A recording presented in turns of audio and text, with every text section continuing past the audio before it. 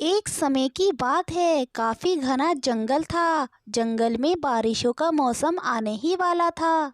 सभी पक्षी काफी चिंतित थे क्योंकि सबने अभी तक बारिश से बचने के लिए पक्का घर नहीं बनाया था। इसलिए रोजाना सभी पक्षी सुबह सुबह जल्दी उठकर लकड़ियां ढूंढने के लिए जाते थे। चलो भाई चलो, कालू कौवा बहुत आराम कर लिया। पूरी रात से सो ही तो रहा था। अब जाके लकड़ियां ढूंढ लेता हूँ, वरना पता चला जंगल के सभी पक्षियों ने अपने घर बना लिए और बस जंगल में एक कालू कौवा ही रह गया। अरे चलो भाई चलो मिट्ठू मियाँ, जल्दी से लकड़ियाँ ढूंढ के लाता हूँ। आज तो कैसे भी करके मैं लकड़ियाँ ढूंढ के अपना घर बना ही लूंगा। मेरे बच्चों में रोजाना ही लकड़ियां ढूंढने जाती हूँ, लेकिन कोई मजबूत लकड़ी मिलती ही नहीं। सभी पक्षियों ने अपने अपने घोंसले में बच्चे दिए हुए हैं और सभी पक्षी रोजाना की तरह आज भी लकड़ी ढूंढने निकलेंगे, जिससे वो बारिश से बच सके। मेरे बच्चों, तुम दोनों अपने घोंसले छोड़कर कहीं नहीं जाना। मैं लकड़ी की तलाश में जा रही हूँ। जब तक मैं न आऊँ, यहीं पर रहना। इतना कहकर चिड़िया लकड़ियों की तलाश में निकल जाती है। दूसरी तरफ तोता भी लकड़ियां ढूंढने निकल जाता है। तभी उसे एक जगह पर काफी सारी लकड़ियां मिल जाती हैं। अरे वाह भाई वाह, मिट्ठू मियाँ तेरी तो किस्मत कितनी अच्छी है। आज के दिन की शुरुआत तो काफी अच्छी हुई है। आज मुझे कितनी जल्दी लकड़ियाँ मिल गई। चलो भाई चलो, अब इन लकड़ियों से अपना प्यारा सा घर बनाऊंगा और उसमें रहूंगा और मजे करूंगा। फिर वो तोता उन लकड़ियों से अपना घर बना लेता है और उसमें आराम से रहने लगता है। फिर एक दिन टूनी चिड़िया और कालू कौवा दोनों ही लकड़ी की तलाश में निकलते हैं। अरे कितनी देर हो गई है, लकड़ियाँ तो मिल ही नहीं रही। बारिश कभी भी हो सकती है, मैं क्या करूँगी। तभी टूनी चिड़िया को अचानक से कुछ लकड़ियाँ दिखाई देती हैं। अरे वाह, आज तो मुझे लकड़ियाँ मिल ही गई। मेरी कितने दिनों की मेहनत आज सफल हो ही गई। अब मैं इन लकड़ियों से अपना सुंदर सा एक घर बनाऊंगी, जिसमें मैं और मेरे दोनों बच्चे रहेंगे। दूसरी तरफ कालू कौवा भी लकड़ियाँ ढूंढ रहा था, पर उसे लकड़ियाँ नहीं मिल रही थी। अरे भाई, अब मैं क्या करूं? एक तो अपनी नींद खराब करके मैं सुबह सुबह लकड़ियां ढूंढने आया था। इतनी मेहनत तो मैंने आज से पहले अपनी जिंदगी में कभी नहीं की। अगर मेरे पास आज घर होता तो आज ये सब न करना पड़ता मुझे। कालू, आज तो तू बहुत ज्यादा थक गया।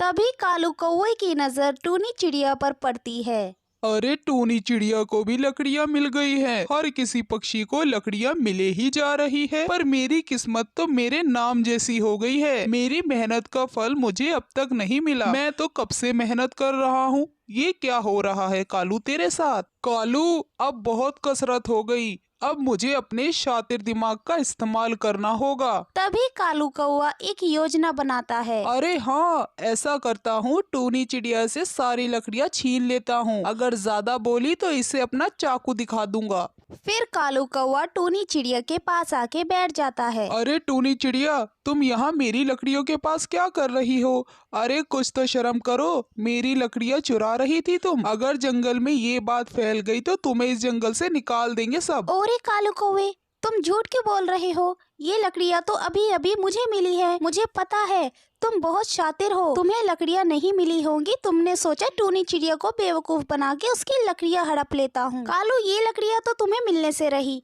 चलो जाओ यहाँ से, भागो। चलो भाई, अब तुम्हें सब पता ही चल गया है तो चुपचाप से ये लकड़ियाँ मुझे दे दो। कालू, चुपचाप से यहाँ से चले जाओ। मैं ये लकड़ियाँ तुम्हें नहीं दूंगी। कालू को ये सुनकर गुस्सा आ जाता है। तभी वो चाकू की नोक पर टूनी से सारी लकड़ियाँ हड़प लेता है। टूनी चिड़िया, जिंदा रहना चाहती हो तो ये लकड़ियाँ छोड़कर यहाँ से चली जाओ। टूनी चिड़िया चुपचाप वहाँ से चली जाती है।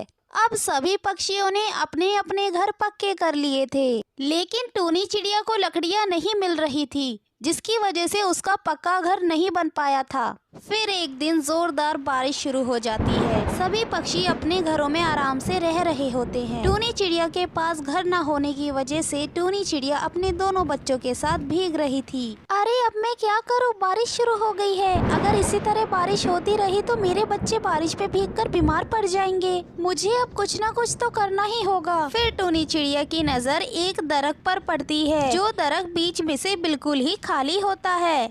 फिर टूनी चिड़िया अपने दोनों बच्चों को उस दरख्त में रख देती है। उस दरख्त में इतनी ही जगह होती है उसके दोनों बच्चे आ सके, जिसकी वजह से टूनी चिड़िया अभी भी बारिश में ही भीग रही होती है।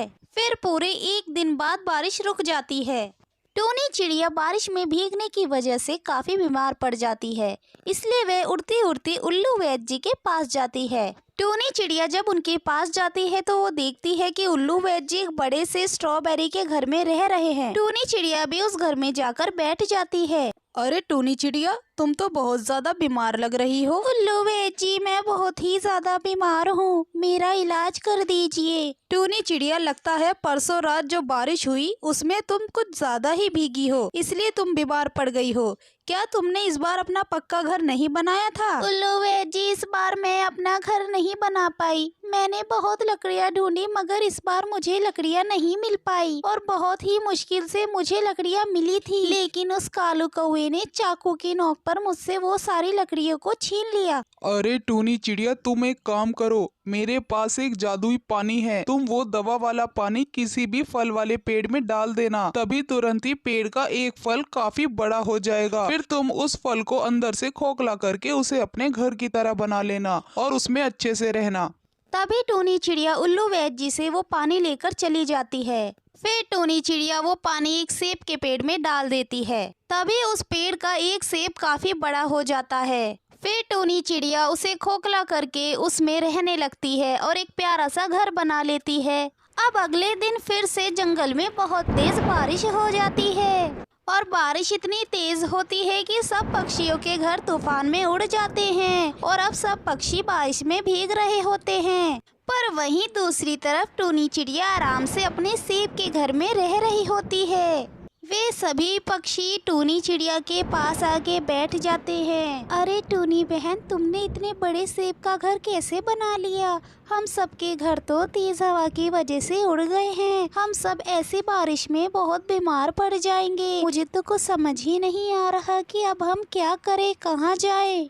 अरे हाँ टूनी चिड़िया, मुझे भी बताओ, तुमने इतनी जल्दी इतना सुंदर घर कैसे बनाया ताकि हम भी ऐसा घर बना के रह सके और बारिश से बच सके? अरे इसमें मैंने कुछ भी नहीं किया है, ये सारा तो उल्लू वैद्य जी का कमाल है। उन्होंने ही मुझे एक जादुई पानी दिया था। वो पानी मैंने एक सेब के पेड़ में डाला, तभी ये तुरंत एक सेब बहुत बड़ा हो गया था। तो मैंने इसे खोखला करके इसमें अपना घर बना लिया। तुम सब भी उल्लू वैद्य जी के पास जाओ और वो पानी ले लो। फिर वे सभी पक्षी उल्लू वैद्य जी के पास आ जाते हैं। अरे उल्लू वैद्य जी, हम सबके पक्के घर बारिश के तूफान में उड़ गए हैं। हम सब आपके पास मदद के लिए आए हैं।